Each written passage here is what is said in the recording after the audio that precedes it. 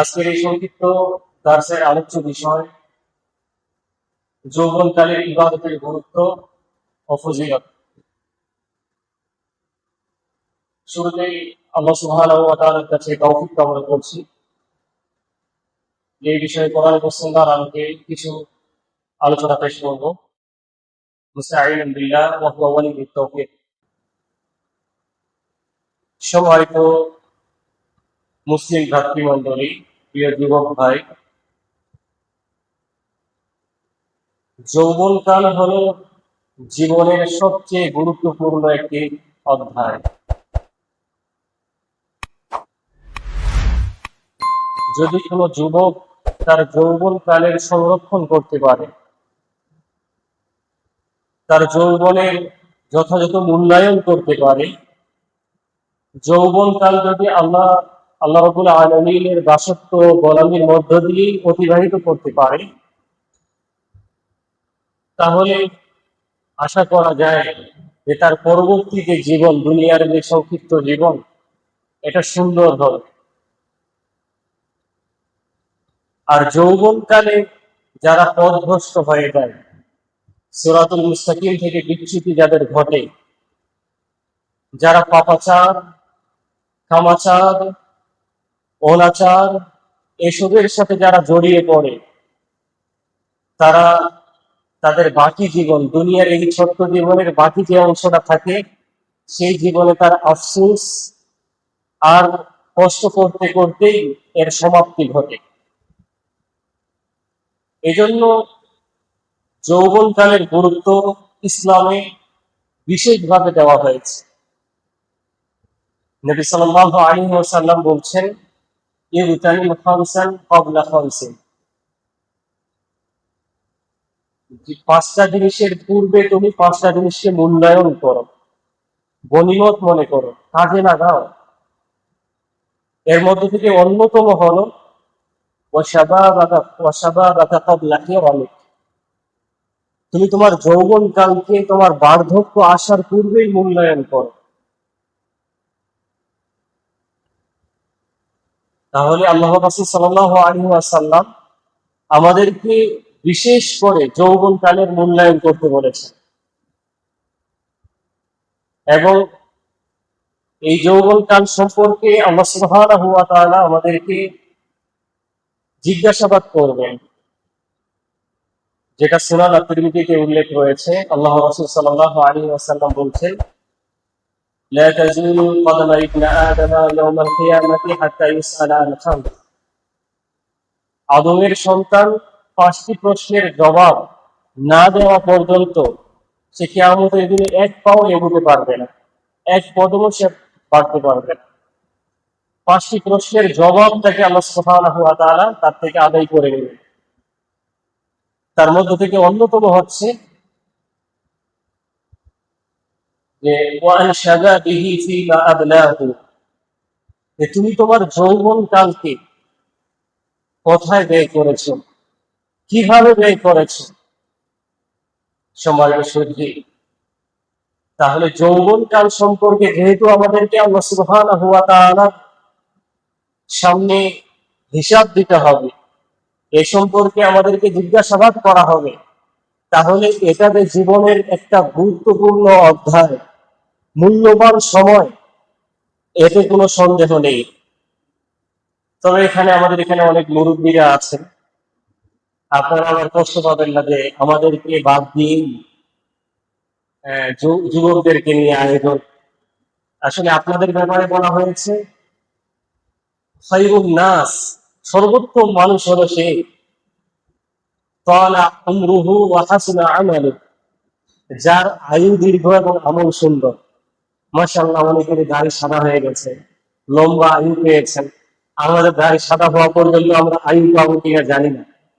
তবে আপনারা যে আয়ু পেয়েছেন, যে হায়াত পেয়েছেন, এটাতে কাজে লাগাতে পারছেন, এখনো কি আল্লাহর ঘরে এসে সালাত আদায় করছেন, দিনের কাজে আপনারা শামিল হচ্ছেন, তো আল্লাহ রাসূল বলেছেন আপনারা সর্বোত্তম মানুষ যারা আয়ু দীর্ঘ এবং আমল সুন্দর। আর যদি আয়ু দীর্ঘ হয়, আমল সুন্দর না হয়, তাহলে সে নিকৃষ্ট মানুষ, এতে কোনো সন্দেহ নেই। সময় সুধী, তাই প্রিয় যুবক ভাইদের উদ্দেশ্যে বলবো যে আজকে আমরা কিছু শব্দ ব্যবহার করি। একটা হলো সফলতা, আরেকটা শব্দ ব্যবহার করি ভবিষ্যৎ। এই সফলতা আর ভবিষ্যৎ, এই দুইটি শব্দের পিছনে আজকে যুব সমাজ তাদের দিন এবং দুনিয়াকে দুটোকেই নষ্ট করছে।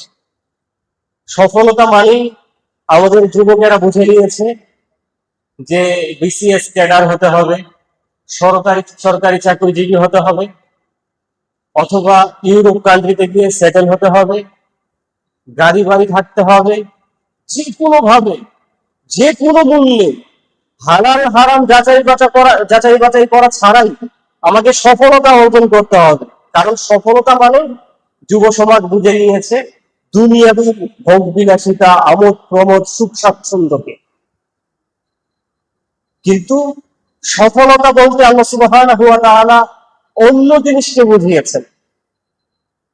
সফলতা বলতে দুনিয়াবী আপনি যা পেয়েছেন, চাকরি, সম্মানজনক চাকরি, এরপরে শিক্ষা, বড় বড় ডিগ্রি, সার্টিফিকেট, এরপরে দুনিয়ার আভিজাত্য, সম্মান, পদ পদবি যা পেয়েছেন আপনি মনে করছেন যে এগুলো আপনার সফলতা। আর যে এগুলো থেকে বঞ্চিত হয়েছে, যে এগুলো প্রাপ্ত হয়নি, আপনি মনে করছেন সে ব্যর্থ। কিন্তু আল্লাহ সুবহানাহু ওয়া তাআলা সফলতা এবং ব্যর্থ ব্যক্তির পরিচয় তুলে ধরেছেন। সূরা আল ইমরান 185 নম্বর আয়াতে আল্লাহ তাআলা বলছেন, আউযু বিল্লাহি মিনাশ শাইতানির রাজীম, ফামান যুহজিহা আনিন নারি ওয়া উদখিলাল জান্নাতা ফাকাদ ফাজ। যাকে জাহান্নাম থেকে মুক্তি দিয়ে জান্নাতে প্রবেশের অনুমতি দেওয়া হলো, সে ব্যক্তি হলো সফল। অর্থাৎ দুনিয়ার আপনার আমার, আপনি আমি যেগুলোকে সফলতার বস্তু হিসেবে চিহ্নিত করেছি, সফলতার জিনিস হিসেবে চিহ্নিত করেছি, যদি এগুলো প্রাপ্ত হই, টাকা পয়সা, সম্মান, আভিজাত্য আর নারী বাড়ি গাড়ি, এগুলো পাওয়ার পরে কাল কিয়ামতের দিনে যদি আপনাকে আমাকে জান্নাতে প্রবেশের অনুমতি না দেওয়া হয়, তাহলে আপনি আমি ব্যর্থ। সব পেলেন দুনিয়ায়, কিন্তু জান্নাতে প্রবেশের আপনাকে অনুমতি দেওয়া হলো না, আপনি ব্যর্থ। আর যে মানুষটাকে আমরা দুনিয়াতে ব্যর্থ মনে করছি, যে দুনিয়াবী সুখ স্বাচ্ছন্দ্য, বিলাসিতা, আরামায় আমোদ প্রমোদ পাচ্ছে না, হয়তোবা দুবেলা ভালো খেতে পারে না, ভালো পোশাক পরতে পারে না, ভালো গাড়ি নেই, বাড়ি নেই, অভাব অনটনে জীবন কাটছে, কিন্তু দিন মেনে চলছে, আপনি আমি ব্যর্থ মনে করছি। কিন্তু কালকে যদি তাকে জান্নাতে প্রবেশের অনুমতি দেওয়া হয়, তাহলে রব্বুল আলামিন বলছেন সে সফল। তাহলে দুনিয়ার কোনো কিছু পাওয়া বা না পাওয়ার উপরে আপনার আমার সফলতা নির্ভর করে না, বরং পরকালে যদি জান্নাত যেতে পারি তাহলেই আপনি আমি সফল। আর যদি জান্নাতে যেতে না পারি, তাহলে আপনার আমার জীবনটা পুরোটাই ব্যর্থ। এই জীবনের 16 আনাই মাটি। তাই সফলতা আর ব্যর্থতার সংজ্ঞা বুঝতে হবে। সম্মানিত সুধী, তাহলে জান্নাত পাওয়া মানেই আপনি আমি সফল, জান্নাত থেকে বঞ্চিত হওয়া মানেই ব্যর্থ। আরেকটা শব্দ ব্যবহার করি, সেটা হলো ভবিষ্যৎ। এই ভবিষ্যতের চিন্তা করে আজকে যুব সমাজ হালাল হারাম যাচাই বাছাই করা ছাড়াই তারা মনে করে এই ছোট্ট জীবনের একটা ভবিষ্যৎ আছে, যে কোনো মূল্যে আমাকে টাকা ইনকাম করতে হবে, সমাজে কিছু করে দেখাতে হবে, ভবিষ্যৎ। অথচ একজন ইমানদারের ভবিষ্যৎ মানেই হলো কবর। এই 50-60 বছর, 100 বছরের জীবনে ভবিষ্যৎ বলতে কিছু নেই। একজন ইমানদারের জীবনের ভবিষ্যৎ মানেই হলো কবর, ভবিষ্যৎ মানেই হলো হাসর, ভবিষ্যৎ মানেই হলো কিয়ামত, ভবিষ্যৎ মানেই হলো জান্নাত অথবা জাহান্নাম। সুতরাং কোন ভবিষ্যতের চিন্তা করে আপনি আমি হালাল হারাম যাচাই বাছাই করা ছাড়াই, রবের দাসত্ব গোলামি করা ছাড়াই এই দুনিয়াবী জীবন অতিবাহিত করছি। সম্মানিত সুধী, তাহলে পরকালীন জীবনে সেই ভবিষ্যতের জন্য, সেই জান্নাতের জন্য আপনাকে আমাকে পাথেয় সংগ্রহ করতে হবে। রব্বুল আলামিন কোরআনুল কারীমে সূরা আলে ইমরান এর 14 নম্বর আয়াতে ঘোষণা করছেন, আউযু বিল্লাহি মিনাশ শাইতানির রাজীম, যুয়্যিনা লিন-নাসি হুব্বুশ শাহওয়াতি মিনান নিসা ওয়াল বানীন ওয়াল কানাতিরিল মুকানতারাতি মিনাল যাহাবি ওয়াল ফিদ্দা ওয়াল খাইলিল মুসাওওয়ামাতি ওয়াল আন'আমি ওয়াল হারথ যালিকা মাতাউল হায়াতিদ দুনিয়া ওয়াল্লাহু ইনদাহু হুসনুল মাআব। আল্লাহ সুবহানাহু ওয়া তাআলা বলছেন যে মানুষদেরকে সুশোভিত করা হয়েছে। সুশোভিত করা হয়েছে কি দিয়ে? প্রবৃত্তির ভালোবাসা দিয়ে, প্রবৃত্তির চাহিদা দিয়ে, আসক্তি দিয়ে। মিনান নিসা, নারী, ওয়াল বানিন, সন্তান সন্তানাদি, ওয়াল কানাতিরিল মুকানতারাতি মিনাল যাহাবি ওয়াল ফিদ্দা, গচ্ছিত স্বর্ণ রৌপ্য, ওয়াল খাইলিল মুসাওয়ামা, প্রশিক্ষণপ্রাপ্ত বাছাইকৃত ঘোড়া, ওয়াল আন'আম, গবাদি পশু, ওয়াল হারথ, এবং চাষাবাদের ফসল। যালিকা মাতাউল হায়াতিদ দুনিয়া। রব্বুল আলামিন এই যে বিষয়গুলো উল্লেখ করেছেন, যে এগুলো হচ্ছে দুনিয়ার ভোগ্য বস্তু। মানুষ এগুলো নিয়ে দুনিয়াতে আমোদ প্রমোদ করে, ভোগ বিলাসিতা করে। দুনিয়ার ভোগ বিলাসিতার বস্তু হলো এগুলো। ওয়াল্লাহু ইনদাহু হুসনুল মাআব, কিন্তু আল্লাহ সুবহানাহু ওয়া তাআলা তার নিকটেই হচ্ছে উত্তম প্রত্যাবর্তন স্থল। দুনিয়ার এই যে নারী, সম্পদ, সন্তান সন্তানাদি, ফসল, গবাদি পশু, আপনার আমার আমোদ প্রমোদ বিলাসিতার যে এই যে বস্তুগুলো, এগুলো স্থায়ী নয়, এগুলো স্থায়ী নয়। কিন্তু আল্লাহ সুবহানাহু ওয়া তাআলার কাছে যা রয়েছে সেটা হলো স্থায়ী, সেটা স্থায়ী। দুনিয়ার কোনো সুখ, কোনো কোনো সুখ স্বাচ্ছন্দ্য, কোনো আমোদ প্রমোদ, ভোগ বিলাসিতা, এর কোনোটি স্থায়ী নয়। সুখের পরে দুঃখ আসবে, দুঃখের পরে সুখ আসবে, অভাবের পরে সচ্ছলতা আসবে, সচ্ছলতার পরে অভাব আসবে। এভাবে একটার পরে একটা পরিবর্তন হবে, পালাক্রমে একটার পরে একটা দুনিয়ার জীবনে আপনার আমার জীবনে আসবে। কিন্তু পরকালীন জীবনে যে সুখী হবে সে হবে চিরসুখী। আর পরকালীন জীবনে যদি ব্যর্থ হয় কেউ, তাহলে সে হবে চিরদুঃখী। পরকালীন জীবনে যে সুখী হবে সে হবে চিরসুখী, আর যে পরকালীন জীবনে সুখী হবে সে হবে চিরসুখী। যেমন আল্লাহ রাসূল সাল্লাল্লাহু আলাইহি ওয়াসাল্লাম বলছেন যে ইউতা বিআশাদ্দিন নাসি ইউতা বিআনআমি আহলিদ দুনিয়া মিন আহলিন নার। দুনিয়ার সবচেয়ে সুখে থাকা, সবচেয়ে বিলাসী জীবন যাপনকারী, সবচেয়ে আরাম আয়েশ আর ভোগ বিলাসিতায় জীবন যাপনকারী এই ব্যক্তিকে কাল কিয়ামতের দিনে যখন উপস্থিত করা হবে এবং ফায়ুসবাগু ফিন্নারি সাবগা, জাহান্নামে একবার অবগাহন করা হবে, একবার চুবিয়ে আনা হবে এবং জিজ্ঞেস করা হবে, ইয়া ইবনা আদম, ওহে আদমের সন্তান, হাল রাআইতা খায়রান কাত্তু, জীবনে কোনো সুখ স্বাচ্ছন্দ্য, ভোগ বিলাসিতা, আমোদ প্রমোদ পেয়েছিলে? সে বলবে, লা ওয়াল্লাহি ইয়া রাব, প্রতিপালক তোমার শপথ, দুনিয়াতে কোনো সুখ স্বাচ্ছন্দ্য, আরাম আয়েশ আমি পাই নাই। অথচ এই ব্যক্তিটি সবচেয়ে বিলাসী জীবন যাপন ছিল, সবচেয়ে আমোদ প্রমোদ আর ভোগ বিলাসিতায় জীবন যাপন করছিল। কিন্তু আল্লাহর দ্বীন না মানার কারণে, আল্লাহর পথে নিজেকে শামিল না করার কারণে, আল্লাহর বিধিবিধান মেনে না চলার কারণে যখন এই সুখে থাকা ব্যক্তিটি কাল কিয়ামতের দিনে তাকে জাহান্নামে ডুবানো হবে, তখন দুনিয়ার সব সুখের কথা সে ভুলে যাবে। জাহান্নাম এত কঠিন, এত ভয়াবহ স্থান যে আল্লাহ রাসূল বলছেন যে লারাজুলুন আখমাসা কাদামাইহি জামরাতান আহওয়ানু আহলিন নারি আযাবা ইয়াউমাল কিয়ামা। জাহান্নামের সবচেয়ে নিম্নতর শাস্তি হলো ব্যক্তির পায়ে দুইটি কঙ্কর রেখে দেওয়া হবে, ইয়াগলি মিনহা দিমাগু, আর এর তাপে তার মাথার মগজ পর্যন্ত টকবক করে ফুটবে। এটাই হচ্ছে জাহান্নামের সবচেয়ে ছোট শাস্তি। তাহলে দুনিয়ার ভোগবিলাসী মানুষটা যদি জাহান্নামে যায়, তাহলে সে হবে চির দুঃখী, তার জীবন হচ্ছে ষোলোয়ানাই মাটি। আর দুনিয়ার সবচেয়ে দুঃখী কষ্টে জীবন যাপনকারী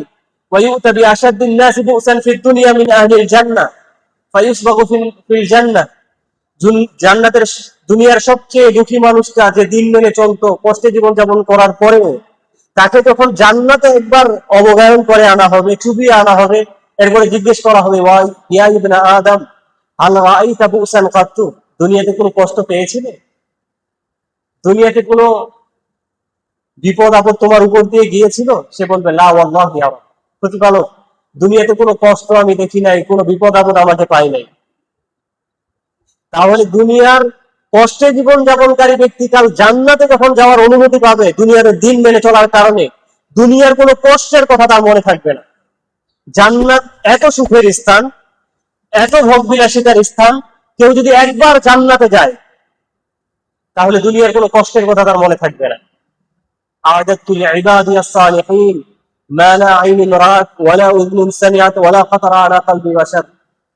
আল্লাহ তাআলা বলছেন, আমি আমার বান্দা নেককার বান্দাদের জন্য এমন জান্নাত প্রস্তুত রেখেছি যা কোনো কর্ণ কোনোদিন শ্রবণ করে নাই, যা কোনো চক্ষু কোনোদিন দেখে নাই, যা কোনো অন্তর কোনোদিন কল্পনাও করতে পারে না।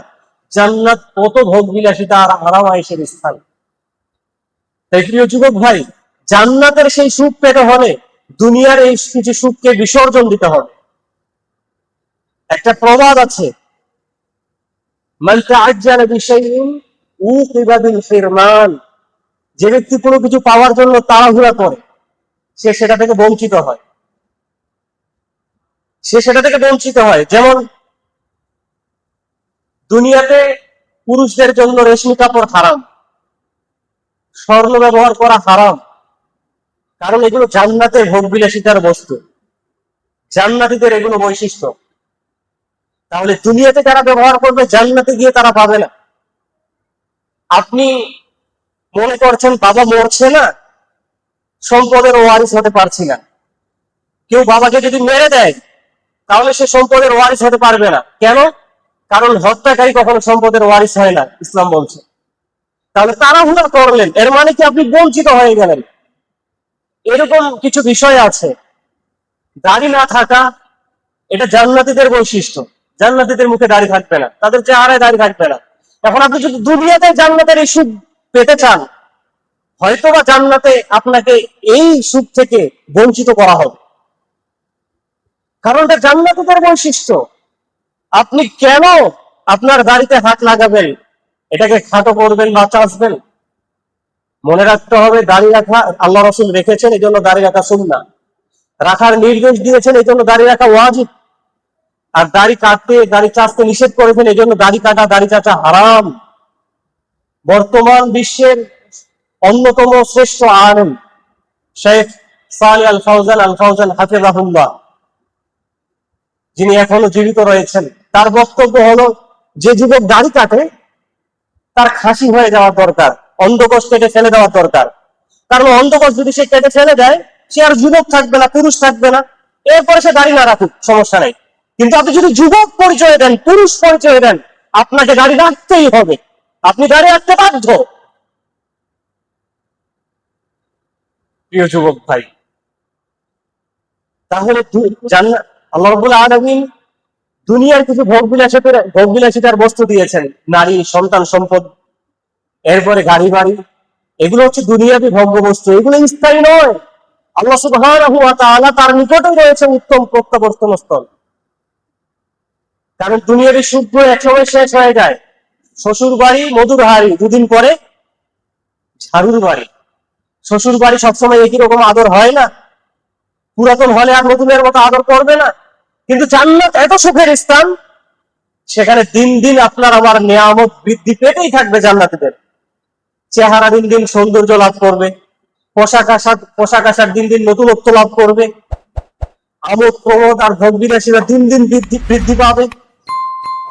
তাহলে দুনিয়ার সবকিছুর সমাপ্তি ঘটলেও, দুনিয়ার সুখের সমাপ্তি ঘটলেও, জান্নাতের সুখের চুল পরিমাণ কমতে হবে না, বরং দিন দিন সেই নিয়ামত বৃদ্ধি পেতেই থাকবে। প্রিয় যুবক ভাই, তাই দুনিয়াতে একটু কষ্ট স্বীকার করতে হবে। একটু সালাফদের দিকে দেখি, সাহাবীদের দিকে দৃষ্টিপাত করি। মুসআব ইবনে উমাইর রাদিয়াল্লাহু তাআলা আনহু, যাকে দেখে আল্লাহর রাসূল সাল্লাল্লাহু আলাইহি ওয়াসাল্লাম কেঁদেছিলেন ইসলাম গ্রহণের কারণে। বাবার সেই রাজত্ব থেকে, বিলাসবহুল জীবন থেকে যাকে বঞ্চিত হতে হয়েছিল,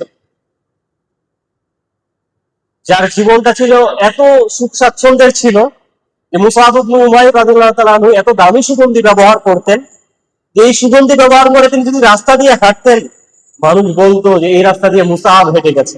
কত বিলাসী জীবন! একটা পোশাক কয়েকদিন ব্যবহার করতেন, এরপরে সেটা আর ব্যবহার করতেন না। কত বিলাসী জীবন! সেই সেই মুসআব ইবনে উমাইর রাদিয়াল্লাহু তাআলা আনহু যখন ইসলামের ছায়াতলে আসলেন, তখন বাবার সম্পদ থেকে বঞ্চিত হলেন এবং তাকে অনেক কষ্ট দেওয়া হলো, প্রহার করা হলো।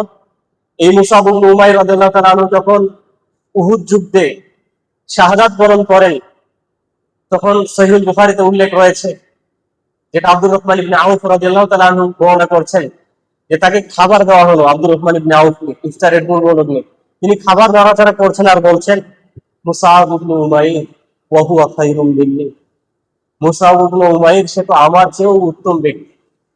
কুফিনা বিবুরদাতিন, একটা চাদরে একটা কাফন দিয়ে তাকে কাফন দেওয়া হয়েছে। ইন গুত্তিয়া রাসুহু বাদাত রিজলাহু, মাথা ঢেকে দিলে পা বের হয়ে যায়। ওইন গুত্তিয়া রিজলাহু বাদাত রাসুহু, পা ঢেকে দিলে মাথা বের হয়ে যায়। এ বলে তিনি কান্না করতে করতে হাত্তা তারাকাত তাআম, তিনি খাবারকে পরিহার করলেন। অর্থাৎ এত বিলাসী জীবন যাপন যার ছিল, ইসলামের ছায়াতলে আসার কারণে তার জীবনে এত কষ্ট নেমে আসলো যে কাফনের কাপড় টুকরো তার জুটে নাই। ছোট্ট একটা কাপড় মাথা ঢেকে দিলে পা বের হয়ে যায়, আর পা ঢেকে দিলে মাথা বের হয়ে যায়। আল্লাহ রাসূল কাঁদলেন আর বললেন যে তোমরা তার মাথা ঢেকে দাও আর ইস্কির খাস দিয়ে পা ঢেকে দাও। তাহলে প্রিয় যুবক ভাই, দুনিয়ার এই সুখকে, দুনিয়ার ভোগবিলাসিতাকে বিসর্জন দিতে হবে। জান্নাতের সেই সুখ, সেই ভোগবিলাসিতা, আমোদ প্রমোদ আর আরামায় যদি ভোগ করতে চাই, দুনিয়াতে একটু কষ্টে জীবন যাপন করতে হবে। সম্মানিত সুধী, রাসূল সাল্লাল্লাহু আলাইহি ওয়াসাল্লাম বলছেন যে যুবক ভাইদের উদ্দেশ্যে আল্লাহ রাসূল সাল্লাল্লাহু আলাইহি ওয়াসাল্লাম বলছেন, যেটা সহিহ মুসলিমে উল্লেখ রয়েছে, আদ-দুনিয়া হাউলুন ওয়া খাদিরান, দুনিয়াটা হলো সুমিষ্ট সবুজ শ্যামল। এটা দেখলে দৃষ্টি জুড়িয়ে যাবে, যত খাবো খেতেই মন চাইবে। ওয়া ইন্নাল্লাহা মুস্তাখলিফুকুম ফিহা, তো আল্লাহ তাআলা তোমাদেরকে এর প্রতিনিধি সৃষ্টি করেছেন। ফায়ানজুর কাইফা তা'মালুন, তিনি দেখবেন তোমরা কেমন আমল করো, আমলের দিক দিয়ে তোমরা কে কেমন, এটা তিনি দেখবেন। ফাত্তাকুদ দুনিয়া ওয়াত্তাকুন নিসা, দুনিয়া থেকে বেঁচে থাকো আর নারী থেকে বেঁচে থাকো। কেননা বনি ইসরাইলের প্রথম বিপর্যয় দেখা দিয়েছিল এই নারী কেন্দ্রিক। তাই যুবক ভাইদের যৌবনকালের গুরুত্ব সম্পর্কে আমরা কিছু বলেছি, যে এই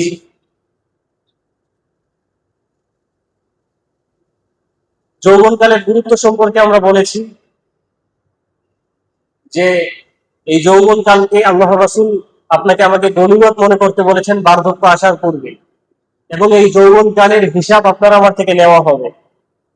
আর এই যৌবনকালের ফজিলত হলো, আল্লাহ রাসূল সাল্লাল্লাহু আলাইহি ওয়াসাল্লাম বলছেন, যেটা সহিহুল বুখারীতে উল্লেখ হয়েছে, সাবআতু ইযিল্লুহুমুল্লাহু ফি যিল্লিহি ইয়াওমা লা যিল্লা ইল্লা যিল্লুহু, যে কিয়ামতের দিনে আল্লাহর ছায়ায় যারা আশ্রয় পাবে তাদের মধ্য থেকে অন্যতম হলো ওয়াশাবুন নাশআ ফি ইবাদাতিল্লাহ, ওই যুবক যে তার যৌবনকাল আল্লাহর ইবাদত বন্দেগীতে অতিবাহিত করে। তাহলে যৌবনকালের ইবাদত, যদি কেউ যৌবনকালের ইবাদতের প্রতি যত্নশীল হয়, তাহলে রব্বুল আলামিন ওই দিনে তাকে আরশের ছায়া দিবেন, যেদিন তার ছায়া ব্যতীত আল্লাহ সুবহানাহু ওয়া তাআলার ছায়া দিবেন যেদিন আল্লাহ সুবহানাহু ওয়া তাআলার ছায়া ব্যতীত অন্য ছায়া থাকবে না। সম্মানিত প্রিয় মুসলিম ভ্রাতৃমণ্ডলী, তাহলে যুবক ভাইদেরকে তাদের ব্যাপারে আল্লাহ রাসূল আরো বলছেন যে ওয়ারাজুলুন দাআতুহু ইমরাতুন যাতু মানসাবিন ওয়া জামাল, ওই যুবক আরশের ছায়ায় আশ্রয় পাবে যাকে সুন্দরী কোন রমণী সম্ভ্রান্ত পরিবারের পাপের কাজের দিকে আহ্বান করেছে, আর সে বলে ইন্নী আখাফুল্লাহ, আমি আল্লাহকে ভয় করি, আমি আল্লাহকে ভয় করি। এ কথা যে যুবক বলে তাকেও জান্নাত, তাকেও আল্লাহ রাব্বুল আলামিন তার ছায়ায় আশ্রয় দিবেন। তাই প্রিয় যুবক ভাই, এই নারী গঠিত ফিতনা থেকে আপনাকে আমাকে বেঁচে থাকার চেষ্টা করতে হবে।